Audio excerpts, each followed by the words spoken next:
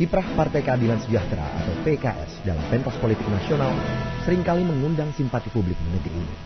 Salah satunya, dalam setiap aksi massa oleh PKS, meski melibatkan ratusan bahkan ribuan kader, partai ini mampu menunjukkan ketertiban dan kedisiplinan.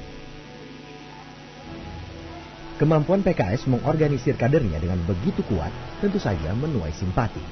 Boleh jadi, inilah satu-satunya partai politik yang memiliki perkaderan secara teratur dan militan. Tak heran, kalau pemilu kedua yang diikutinya, partai ini mampu melipat gandakan perolehan suaranya. Pada pemilu 1999, partai yang saat itu bernama Partai Keadilan hanya memperoleh 1,4 juta suara atau setara dengan 7 kursi di DPR. Namun, pada pemilu berikutnya, Partai Keadilan yang kemudian menjelma menjadi Partai Keadilan Sejahtera mampu melipat gandakan wakilnya di parlemen menjadi 45 kursi atau memperoleh lebih dari 8 juta pemilih.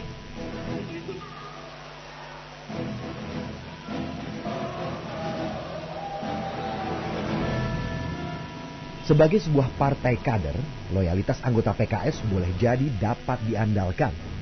Menurut Presiden PKS Tifatul Sembiring, para kader dan anggotanya lah yang membiayai jalannya roda organisasi. Mereka, jadi seperti misalnya saya diundang demo gitu, saya harus memberikan orasi, saya juga harus keluar, harus beli atribut sendiri dan sebagainya. Jadi di PKS itu semua kader juga mengeluarkan dana untuk itu. Saya beritahu sekarang jumlah kader PKS yang tercatat lebih 800.000, Mbak. Jadi waktu itu misalnya dalam kasus DKI kita coba mengumpulkan dana, kita seru coba kader sekitar DKI Jabodetabek itu mengirimkan dana donasi 50.000 per orang. Itu tercapai lebih 5 miliar begitu. 50.000 misalnya kalau ada 100.000 yang mengirim itu kan sudah 5 miliar. Jadi kita dalam beberapa tempo pilkada dan sebagainya merekrut dana seperti itu. Dan ini kan ada kesertaan, ada kebersamaan, ada rasa ini milik kita sama-sama gitu. Jadi saya juga saya juga memikul beban juga dari sini kan, karena kita juga masing-masing juga punya usaha kan. Tidak mungkin kita kan tidak digaji di partai ini.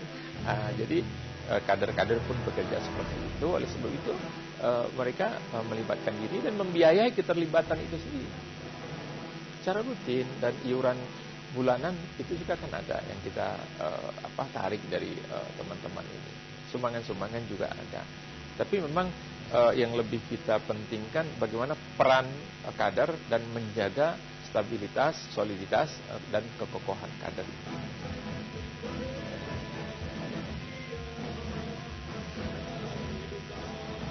Lahirnya partai yang berbasis kelompok Islam terdidik di perkotaan ini diawali dengan pengumuman secara resmi pendirian partai tanggal 20 Juli 1998. Lantas, sebulan kemudian, tepatnya 9 Agustus 1998, akhirnya deklarasi pendirian partai dikumandangkan yang dihadiri puluhan ribu kadernya di Jakarta.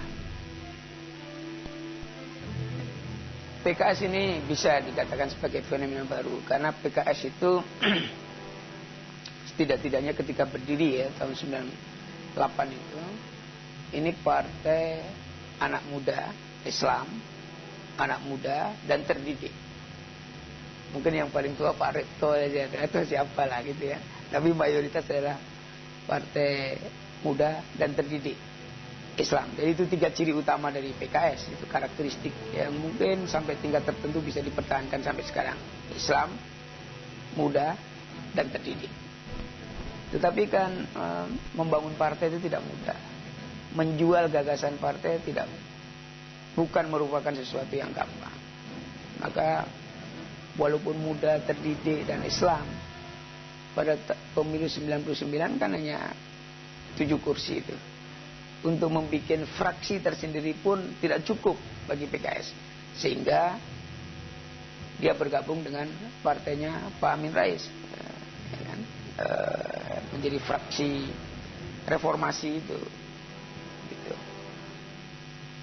Jadi bergabung dengan PAN di dalam satu fraksi. Tapi ini anak-anak muda, khususnya ketika dipimpin oleh Hidayat Nur Wahid ya, ini sangat disiplin. Saya kira bekerja sungguh-sungguh, keras, untuk membangun partai. Dan dalam 5 tahun hasilnya cukup spektakuler. Inilah satu-satunya partai yang dalam 5 tahun bisa meningkatkan perolehan suara hampir 600%.